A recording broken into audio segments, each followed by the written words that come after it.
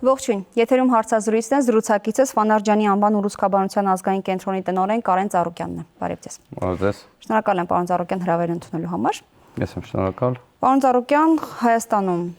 եթե հնարավոր է վիճակագրական պատկերով կասեք, ինչպիսին է ուռուցքային հիվանդությունների ցուցանիշը։ Իհարկե, նախ երևի թե տարանջատենք ուռուցքային հիվանդությունների մեջ չարորակ եւ բավարար գոյացումները եւ այսօր երևի թե խոսենք չարորակ հիվանդություններից։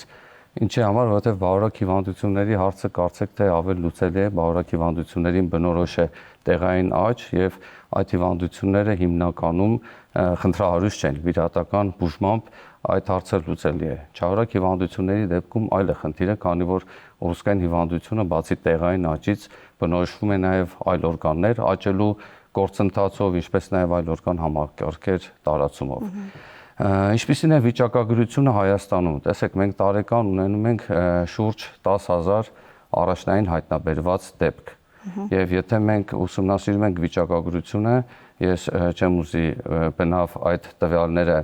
վախեցնեն, բայց վերջին տարիներին մենք տարեցտարի ամրագրում ենք գրանցված առաջնային գրանցված հիվանդների թվի աճ։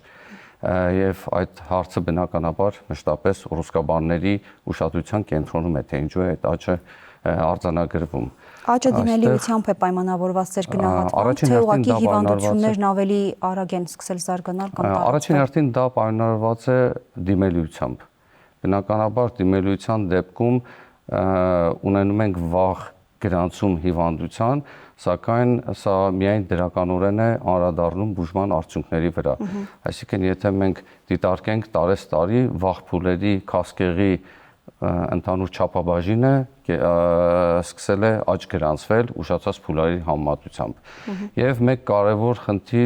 կարևոր պատճառ ևս ունենք, դա կյանքի միջին տևողության ավելացումն է։ Ընդհանուր առմամբ, գիտեք, 60 տարեկանից բարձր տարիքում արդեն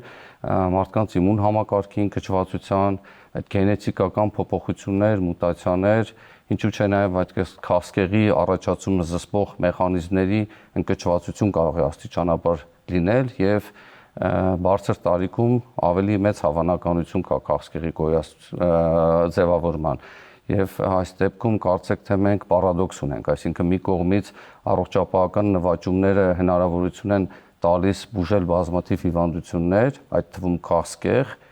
եւ մենք ունենում ենք կյանքի տևողության ավելացում եւ այդ կյանքի տևողության ավելացման արդյունքում կարող է մարդը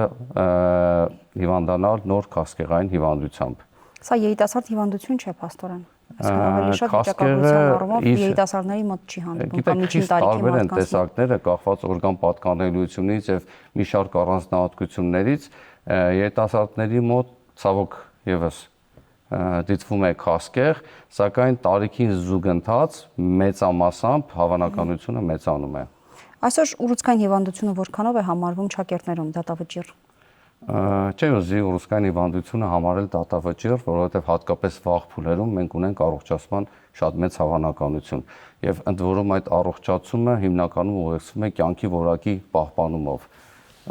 Եվ մեր շրջապատում տասնյակ հազարներով են մարդիկ մեր բնակչության մեջ, ովքեր որ արդեն հաղթահարել են քասկեղը եւ առողջացած փուլում են, առողջացման փուլում են։ Եվ տեսեք, միևնույն ժամանակ կան բազմաթիվ հիվանդություններ, որոնք քասկեղային չեն, բայց որոնց ծանր դեպքերում բուժման արդյունքները եւս գոհացնող չեն։ Նույն օրինակ ծանր շաքարային դիաբետ, գլխուղեղի կաթված, սիրտանոթային հիվանդություններ, քասկեղի ծանր փուլերը եւս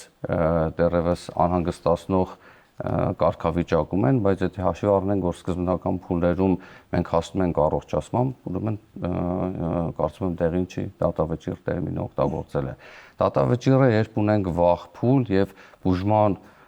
ձգձգման ինչ-ինչ պատճառներով վաղ փուլի բաց թողում կարող ենք ունենալ եւ բուժումը սկսել ուշացած Պարոն Ծառուկյան, իսկ դիմելիության տեսանկյունից վերջին տարիներին մարդիկ առաջնային փուլում են ավելի հաճախ դիմում արդեն բժշկական օգնության, թե մենք նախորդ տարբեր զրույցներում էլ բժիշկները պարբերաբար ասում են, որ մարդիկ մինչև հայկական խոսք կա, մինչև դանակավորսկորին չի հասնում, չեն դիմում բժշկի եւ երբեմն լինում է արդեն վերջնական փուլում նոր հայտնաբերում են, որ իրենց մոտ կա քաղցկեղ։ Ինչպիսին է վիճակագրությունը վերջին տարիների տվյալներով։ Միանշանակ ակնառու դրական փոփոխություններ մենք ունենք այդ առումով։ Նպաստող գործոնները բազմաթիվ են, նախ իրազեկման աշխատանքները, եւ առողջապահական համակարգի եւ բուժկենտրոնների հանդեպ բնակչության վստահությունը իրապես աճել է, նույն քաղցկեղ ախտորոշման հանդեպ մարդկանց տեղեկատվությունը բավականին բարձր է եւ մարդիկ տեղյակ են, որ քաղցկեղ ախտորոշումից պետք չէ վախենալ, այլ պետք է վախենալ նրա ուշացած փուլերից։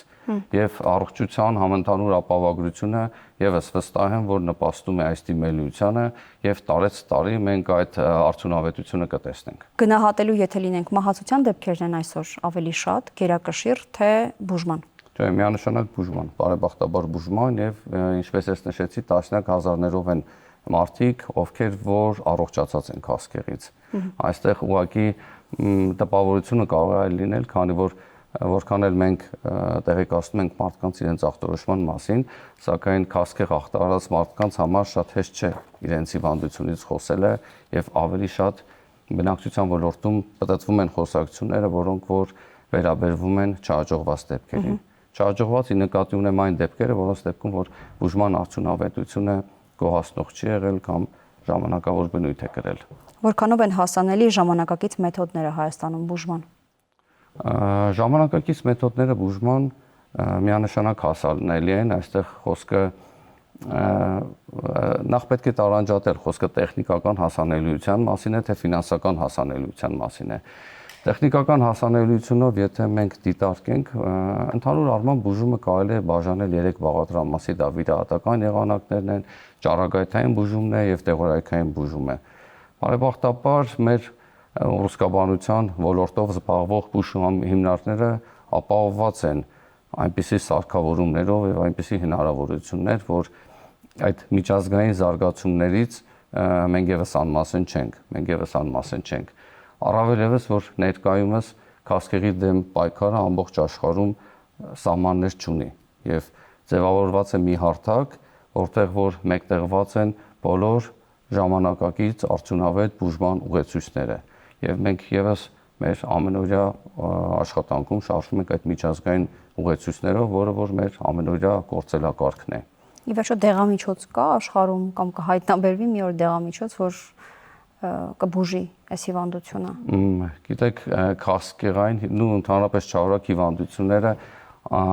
այնքան տարբեր բնույթ են, այսինքն նույնիսկ նույն օրգան պատկանելիության չարորակ հիվանդությունը կախված իր ռեցեպտորային կազմից, կախված իր հյուսվածաբանական կառուցվածքից, կախված մոլեկուլյար այդ գենետիկական փոփոխություններից, իրենք խիստ տարբեր հատկանիշներ ունեն, զարգացման խիստ տարբեր մեխանիզմներ ունեն, խիստ տարբեր զգայունություններ ունեն տարբեր պրեպարատների հանդեպ եւ ստեղծվի մեկ ունիվերսալ պրեպարատ, որը որ կազդի բոլոր քաղցկեղային հիվանդությունների վրա, կարծում եմ դա իրատեսական չէ, այստեղ ուղղակի նոր ստեղծված պրեպարատները իրենք լրացնում են նախորդներին եւ մենք ստանում ենք վիճակագրորեն հավաստի ավելի գոհացնող տվյալներ։ Կարծում եմ քաղցկեղային բուժման մեջ երևի թե հաղթական շրջադարձ կլինի, երբ որ մենք հասնենք հիվանդների զգալի զանգվածին վաղ փուլում ախտորոշմանը։ Չգիտեմ վիճակագրությունն ինչպիսին կլինի, բայց երբեմն մենք լսում ենք կամ առավել հաճախ լսում ենք, որ երբ որ մարդու մոտ ախտորոշվում է նման հիվանդություն, իրենք նախընտրում են, եթե հնարավորություններ իհարկե ունեն, բուժում իրականացնելու արտասահմանում։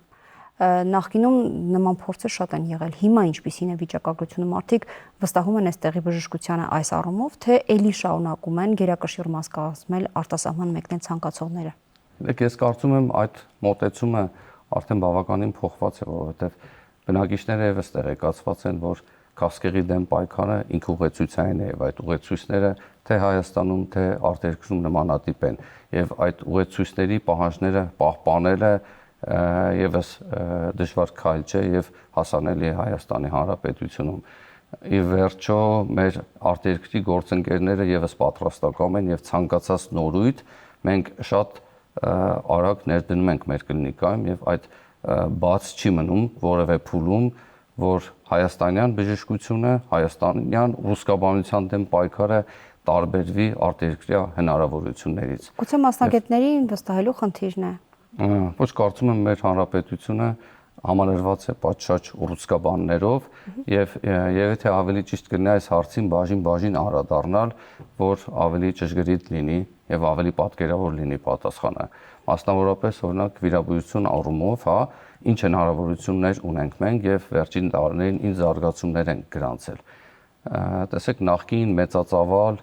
հաշմող վիրահատություններին ներկայումս արդեն փոխարինում են օրգանապահպան, ավելի ճշգրիտ, ավելի թիրախավորված բուժումները։ Տեսեք, օրինակ ախտորոշիչ ռադիոլոգիական հետազոտությունները մեզ հնարավորություն են տալիս կատարել 3D մոդելավորումներ, հստակ պատկերացնել ուռուցքային պրոցեսի եզրերը, կատարել ճշգրիտ վիրահատություններ, պահպանել օրգանը, պահպանել կյանքի որակը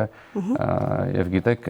այնպես չի, որ այդ օրգանապահպան վիրահատությունները իրենք ավելի թեթև են, քան օրգան հեռացնող մեծածավալ, ոչ, դրանք երբեմն շատ ավելի բարդ բնույթ են կրում, բայց պատկերացրեք այդ պրոֆեսիոնալիզմը, այդ ունակությունները հայաստանյան վիրաբույժները չունեն։ Եթե որևէ նոր մեթոդ է ներդրվում որևէ երկրում, դա հասանելի է բոլորին եւ այդ վերապատրաստումների համար նույնպես միջազգային ուռուցքաբանական ոլորտը բաց է։ Եվ նաեւ շարունակեմ եւ նաեւ ներկայումս շատ մեծ դեր ունեն տարբեր վիծոսարկավորումներով այդ էնդոսկոպիկ եւ լապարասկոպիկ վիրահատությունները, որոնք որ ի տարբերություն նախկին վիճակների հնարավորություն են տալիս երբեմն հայտնաբերել այն գոյացությունները, որոնք անզեն աշկով տեսանելի չէին, բազմաթիվ անգամ մեծացնելով եւ ավելի պատկերավոր դարձնելով։ Պարոն Ծառուկյան, լինում են դեպքեր պրակտիկայում, երբ հիվանդներին տրվում է ավելորդ քիմիոթերապիա։ Ընդհանրապես ավելորդ որևէ բուժում չի տրվում, բնականաբար, եւ գիտեք, ուռուցքային գործունեությունում կա տումորբորդ հասկացողություն, երբ որքան էլ բժիշկը պրոֆեսիոնալ է, որքան էլ բաժանմունքը փորձառու է, սակայն յուրաքանչյուր դեպք բուժումից առաջ ներկայացվում է հատուկ ուռուցքաբանական խմբին, որը իր մեջ ներառում է վիրաբույժ, քիմիոթերապևտ, ճառագայթաբան, հյուսվածքաբան եւ ախտորոշիչ մասնագետ, եւ այդ հանձնաժողովը պատասխանատվություն է կրում այդ բուժման սխեմայի որոշման համար։ Այսինքն այստեղ մենք բացառում ենք սխալ բուժման, դա կամ ավելորդ քիմիոթերապիայի կուրսը, առավելևս ավելորդ ոչ միայն քիմիոթերապիա, այլ ցանկացած թերապիայի ուղղությամբ։ Ավելին, մենք երբեմն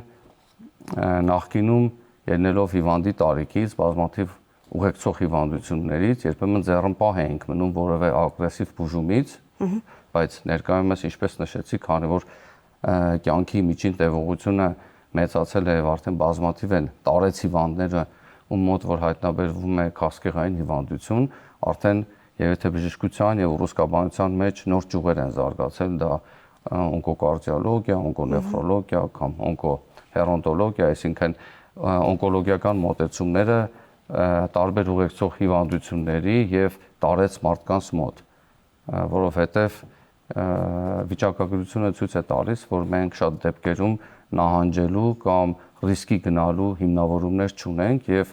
այս դեպքում յուրաքանչյուր դեպքի համար ճշգրիտ որոշվում է որքանով է ռիսկային բուժումը եւ արդյոք ավելի գերադասելի չի գնալ այդ ռիսկին եւ հաղթահարել հիվանդությունը։ Իսկ Հայաստանում կան ուռուցքային բուժման որակի վերահսկման մեխանիզմներ։ Կա ուռուցքային հիվանդությունների գրանցման բազա, այդ տվյալները մշտապես վերահսկվում են մի քանի տեսչության կողմից, բայց ամենակարևոր վերահսկման օղակը, ինչպես ասեցի, դա այդ տումորբորդի գաղափարն է, որպեսզի այդ վերահսկումը լինի ոչ թե բուժման ավարտից հետո, այլ մինչ բուժումը սկսելը։ Սկրինինգային ծրագրերին կանք Հայաստանում որքանով են սրանք հասանելի ծրագրեր։ Այո, շատ ցանկալի կլներ յուրաքանչյուր օրգան համակարգի համար կիրառվեր սկրինինգային ծրագրեր, բայց սկրինինգային ծրագրերը ունեն իրենց պահանջները։ Իրենք պետք է լինեն հասանելի, իրենք պետք է ունենան տեղեկատվական բարձր արժեք, իրենք պետք է լինեն ոչ վնասակար, եւ եթե իմ ենք բերում այս ամբողջը, ցավոք քիչ օրգանների դեպքում է, որ այդ սկրինինգային ծրագրերը հասանելի են։ Հայաստանում իրենց նախնական փուլը անցան եւ հիմա հաջողությամբ մեկնարկում են կրծքագեղձի քասկեղի ախտորոշման ուղղված սկրինինգային ծրագիրը, արգանդի վզիկի քասկեղի հայտնաբերման ուղղված եւ հաստաղու եւ ուղիղ աղու քասկեղի հայտնաբերման ուղղված սկրինինգային ծրագրերը։ Բայց գիտեք, մինչ սկրինինգային ծրագրերը մենք եւս շատ մի կարևոր բաց ունենք, դա դիմելիության ուշացումն է։ Սկրինինգային ծրագրերը իրենք միտված են հայտնաբերելու քասկեղային հիվանդությունները թվայցյալ առողջ մարդկանց մոտ, ովքեր որ չունեն գանգատներ, բայց մենք ներկայումս ունենք շատ մեծ խնդիր, երբ որ գանգատների արկայության պարագայում մենք ունենք ուշ դիմելիություն։ Բայց դա ո՞րն է պատճառը, անտեղյակությունն է, վախն է, ֆինանսական միջոցները։ Գիտեք, բոլորը միասին իհարկե ընդհանուր վերցրած վիճակագրորեն մենք ունենք էական դրական տեղաշարժ, ֆինանսական միջոցների առումով, այո, առողջության համընդհանուր ապահովությունը եւս բավականին ընդլայնում է այդ հնարավորությունները եւ հուսանք, որ արդյունքները մեր համար տեսանելի կլինեն, բայց երևի թե վախի զգացումը նույնպես առաջին հորիզոնականում է ինչի համար, որովհետեւ մարդկանց մոտ կա վախի զգացում ինչ որ մի բան հայտնաբերելու առումով, բայց դա շատ կարևոր հանգամանք է, որ պետք է վախենալ ուշացումից, այլ ոչ թե հայտնաբերումից։ Եվ նորից եմ ես ուզում ասեմ, որ քաղցկեղ ախտորոշման դեպքում, հատկապես սկզբնական փուլերում, մենք շատ կարճ ժամանակահատվածում, շատ հաճախ բուժման մեկ եղանակով հիմնականում հասնում ենք առողջացման։ Իսկ կաշխատի այն տարբերակը, որ լինի պարտադիր սկրինինգային գաղափար Հայաստանում, հնարավոր է այս տարբերակը աշխատի, որ մարդիկ դիմեն նույնիսկ թվացial առողջ վիճակը։ Կան պետություններ, որոնք որ կիրառում են այդ տարբերակները, միգուցե որոշ օրգան համակարգերի առումով դրանք կկիրառվեն, բայց ես ավելի կուզեի, որ մարդիկ ուղղակի իրազեկված լինեն եւ այդ բաստողումը չանեն եւ այդ վստահությունը ունենան, որ ինչ որ մի բան հայտնաբերվելու պարագայում կա լուծում։ Պարոն Ծառուկյան, իսկ որքան հաճախ մարդը երբ իրեն առողջ է զգում, պիտի գնա ստուգման։ Հաշվի առնելով, որ կարող է նման խնդրի առաջ կանգնել։ Ինչ հաճախականությամբ մարդը պիտի ստուգումներ անցնի։ Գիտեք, ընդհանրապես այս դեպքում եւս տարբեր խմբեր կարելի է ձևավորել, օրինակ մարդիկ կան, ովքեր որ ունեն գենետիկական նախատրամադրվածություն։ Այս դեպքում ճիշտ կլինի, որ այդ ռիսկի գնահատումը անհատականացված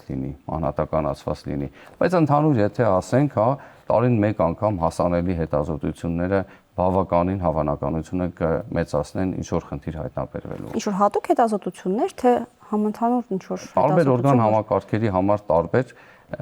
բուժական սխեմաներ կան եւ բժիշկները արդեն ընդհանրաբար այդ ուղղորդումները կանեն։ Այստեղ տեսեք, մենք խոսում ենք հետազոտություններից, բայց մեկ կարևոր է հանգամանք նշեմ, ամենից տեսանելին դա մաշկի չավրակ հիվանդություններն են։ Պատկերացրեք, մաշկի չավրակ հիվանդությունների դեպքում մենք եւս ունենք բարձր թվի դեպքեր։ Որը տեսանելի է։ Ամենահաճախ անտեսվող ախտանշանները որոնք են այս բaragայում։ Այդպես տարբերակում անցկացնել երևի թե չանենք, հա, բայց յուրաքանչյուր օրգան համակարգի համար կան սպეციფიկ ախտանշաններ, որոնք որ ազդակ են գնալու եւ հետազոտվելու, բայց քանի որ մենք սկրինինգային հետազոտությունների մեջ դեռևս չենք կարողանում բոլորին ընդգրկել մարդկանց ոչ լրիվ դիմելիության հետ կապված, իմ խորհուրդը կլինի, որ ցանկացած գանգատի դեպքում եւ նույնիսկ առանց գանգատների գոնե տարին մեկ անգամ դիմել եւ անցնել բուժ հետազոտությունների շարք։ Պարոն Ծառուկյան, ուռուցքային բուժման իրական արժեքը Հայաստանում որքան է եւ ապահովագրությունը, որը հիմա ներդրված է, որքանով է ծածկում։ Խիստ տարբեր են կախված օրգան պատկանելիությունից, փուլից, բուժման ընտրված սխեմաներից, ընդհանրապես ամբողջ աշխարհում չավրակ հիվանդությունների բուժումը ինքը մատչելի չէ։ Ինչ ունենք մենք հայաստանյան իրականությունում։ Տեսեք, մինչ ապահովագրության ներդնելը քաղցկեղային հիվանդությունների վիրահատական բուժումը ինքը կատարվում էր անվճար հիմունքներով։ Ներկայումս ապահովագրության շրջանակներում այդ փաթեթը ավելի ընդլայնվել է եւ բացի չավրակ հիվանդության բուժումից արդեն ներառվել է նաեւ իրենց ուղեկցող ոչ չավրակ հիվանդությունների եւ մի շարք վերականգնողական, այդ ռեկոնստրուկտիվ վիրահատությունները նույնպես, այսինքն կարծեք թե վիրահատական առումով Հայաստանի Հանրապետությունը բավականին գովելի կարգավիճակում է։ Այսինքն պարզեցնենք, եթե բժիշկը տալիս է ցուցում վիրահատության, պետությունը ծածկում է ծախսը։ Այո, հիմնականում այո։ Ճառագայթային բուժման առումով մինչ համընդհանուր ապահովագրության ներդնումը նորագույն սարքավորումներով ճառագայթային բուժումը կատարվում էր համավճարի սկզբունքներով։ Կես պետությունը եւ բուժառումը։ Այո, ներկայումս այն անձիկ, ովքեր որ ներառված են ապահովագրության փաթեթում, իրենց համար այդ բուժումը մինչև 24 սեանս կատարվում է արդեն այդ հիմնադրամի միջոցներով, այսինքն մարդկանց կողմից վճարման հարցեր չկան։ Իսկ այդ նորագույն սարքավորումներով բուժումը իրենք միջազգային ստանդարտներով սարքավորումներ են, որով որ համալրված է ռուսկաբանության ազգային կենտրոնը, եւ իրենք ինչ հնարավորություն են տալիս, որ այդ ռուսկի համար ոչ կենսունակ դոզա մենք կարողանում ենք ստեղծել հենց ընտրողական այդ ռուսկի շրջանում առանց վնասելու կամ գոնե քիչ վնասելով շրջակա հյուսվածքները։ Մարդկանց հիվանդների մեծամասնության պարագայում կարծեք թե այդ 24 սեանսը լինում է բավարար։ Քիմիոթերապիայի առումով, տեսեք, նախկինում քաղցկեղ հիվանդության դեպքում այդ փաթեթը լիմիտավորված էր, այսինքն յուրաքանչյուր անձ կարող էր ճավրակ հիվանդության դեպքում, այո, կարող էր ստանալ շուրջ 10 անվանումով քիմիոպրեպարատներ եւ լիմիտավորված էր մինչեւ տարեկան 150,000 դրամի սահմաններում, իսկ եթե ունեն սոցխումբ, ապա այդ թիվը հասնում էր մինչեւ 300,000 դրամ է։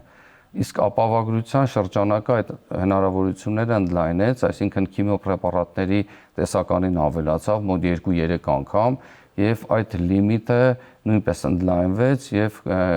ներկայումս կազմում է 1,200,000 դրամ։ Բայց դա բավարար է։ Բավարար է կախված հիվանդության տեսակից եւ խմբից, այո, կան նաեւ այլ պրեպարատներ, դրանք իմունոպրեպարատներն են եւ տարկետ, այսինքն թիրախային պրեպարատների մի մասը, որոնք որ ընդգրկված չեն այս ապավագրական փաթեթի շրջանակներում եւ սակայն տեսնելով մեր առողջապահական համակարգի այս զարգացման տեմպը եւ այն ուշադրությունը, ինչ որ դարձված է ռուսկային հիվանդությունների բուժման մարտավարությունով, ես լիահույս եմ, որ տարեստարի այդ փաթեթը կընդլայնվի եւ նաեւ իմունոպրեպարատները կսկսեն ընդգրկվել այդ փաթեթում։ Ամփոփում ենք զրույցը, պարոն Ծառուկյան, հաշվի առնելով, որ դեղամիջոցները բազմազան են ու ընտրությունը շատ մեծ է, հիմնականում ինչ սկզբունքներով է ընտրությունը կատարում եւ արդյոք դրանք ճշգրիտ ու թիրախավորված են։ Տեսեք, զարգացումները այնպիսին են, որ եթե օրինակ մենք 20 տարի առաջ որևէ օրգանիկ քաղցկեղը դիտարկում ենք որպես մեկ հիվանդություն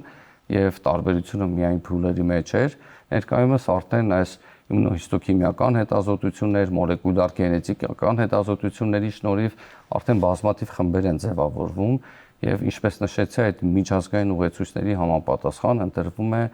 լավագույն սխեման, որը որ ավելի քիչ վնասակար է եւ ավելի մեծ ակնկալիքներ մենք ունենք բուժման։ Այսինքն բուժումը ավելի պերսոնալիզացված է, այսինքն ավելի անհատականացված, այո, սխեմաներ են ընտրվում։ Շնորհակալ եմ զրույցի համար։ Ես նույնպես շնորհակալ եմ։ Զրուցակիցս Ֆանարջյանի անվան ուռուցքաբանության ազգային կենտրոնի տնօրեն Կարեն Ծառուկյանն էր։ Կհանդիպենք։